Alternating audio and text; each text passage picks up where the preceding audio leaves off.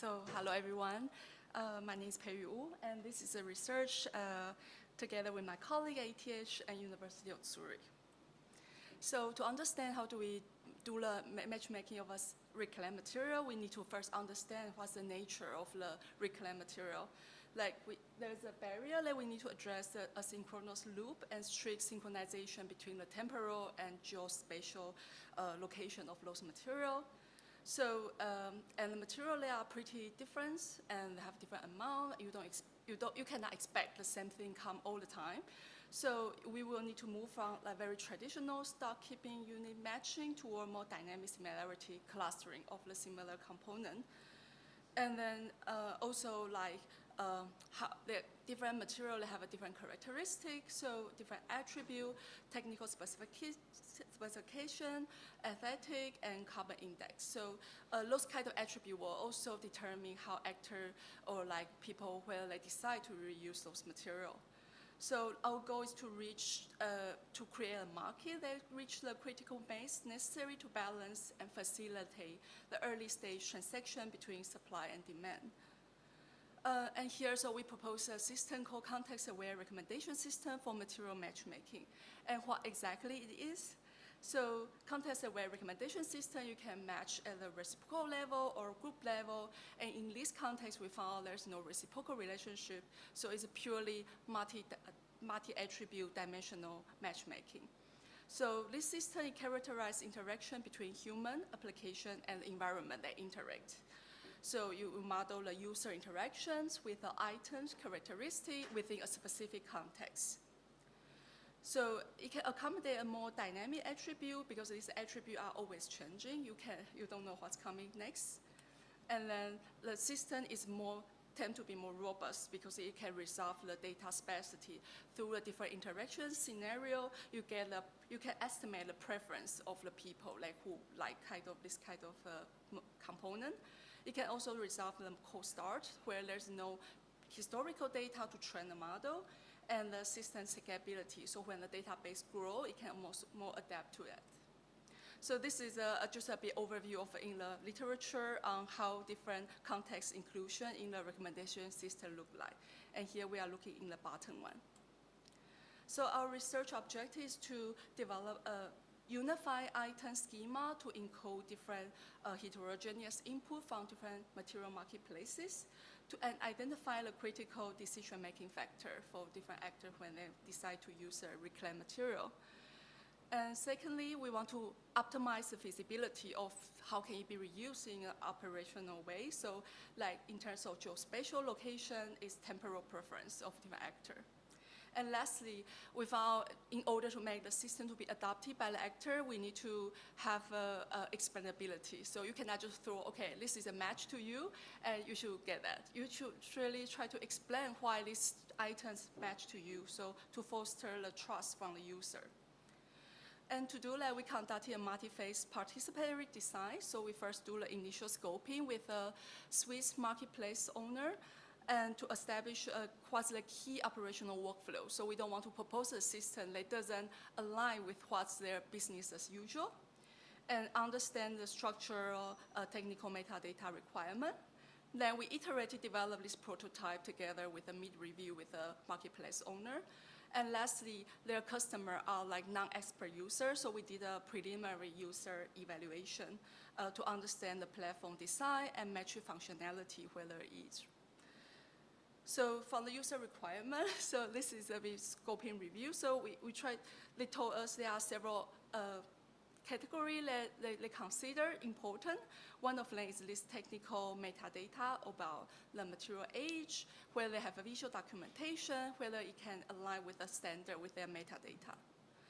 And there are a different role. For example, for architect, they prioritize whether this thing is aesthetic, whether it's reliable. For the business owner or contractor, they care more about regularity, compliance, and the carbon saving over the initial procurement cost.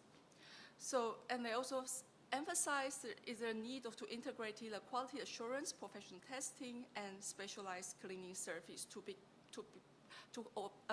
provide a supply chain that with this all service together. and also do announcement for matching the supply listing and search requests. And in terms of how it can be reused, I think there's a lot of costs. They were really mainly at the storage and transportation.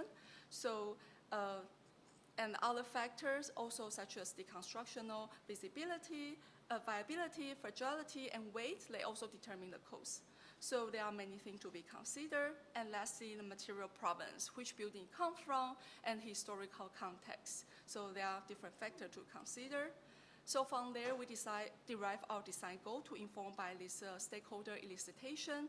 First is the similarity matching to represent the qualitative and quantitative variable to align functional alternative, because you cannot find exactly the same number, same item. So they always be alternative.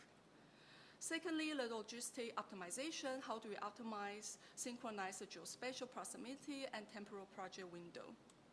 Then the role-centric logic, different stakeholders have different preference. How do we accommodate those preference at their workflow? And explainable match, enhance system transparency on what has been recommended. And lastly, interoperability. So develop meta-aggregator framework across different marketplaces. So what we do is we develop serverless systems. So we assemble data from three Swiss marketplaces. Then we encoded each of the listing into this list stream of data. And then we develop in the back, so in the front end, this is called material hub. In the front end, we have 3 different functions, which I will show in the next slides. But what happened in the back end? In the back end, we have 2 pipelines. The first pipeline is about material seeding. So we normalize the attribute and variable, vectorize the unstructured data, and also still keep the sort of like numerical data for filtering. And then we store the index vector. In the second pipeline is the material retrieval. So we calculate quasi-similarity using an algorithm and executed weighted retrieval based on the user predefined priority.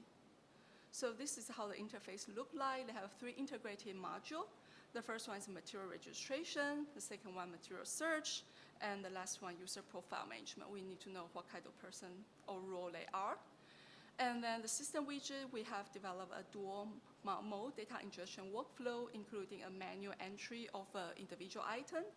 You can also automatically do a batch processing with an inventory file.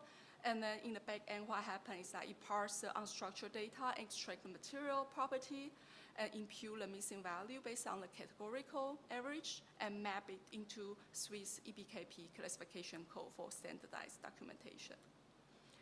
And this is when you search it, we have developed 2. So one is a preference adjustment. You can adjust is it low preference, medium, high, whether it's a hard constraint or if you need a soft constraint, you can do fuzzy matching.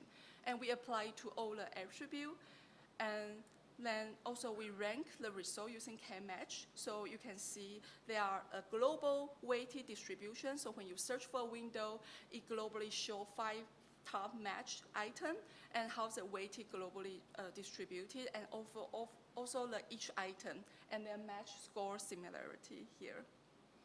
So we do a preliminary user study, say, okay, you need to design simulation for a temporary pavilion. Can you find this thing in the database?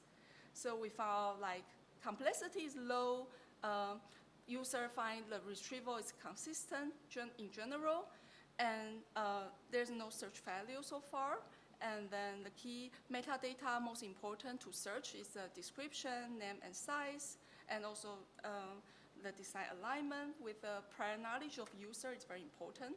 Not only the engine precision and the speed, and also high information density. So there are different things to consider, like we do lab fusion aggregation of semantic data and other keyword search things. And then recommendation explainability, we try to expose the ranking logic, but it's still sort of black box. And ambiguity of how we can make the description and the search query more understandable for the system. So we need to do a bigger user study in the future, have a similarity score cutoff when there's no exact match, automatic data seeding, and semantic transparency. So the study developed preliminary validated multidimensional vector ranking system with a dual constraint logic. We found the recommendation explainability is a key to adoption. There are a lot of things to be continued to develop, including similarity threshold, semantic labeling, descriptive interpretation, and progressive disclosure. So thank you for your attention.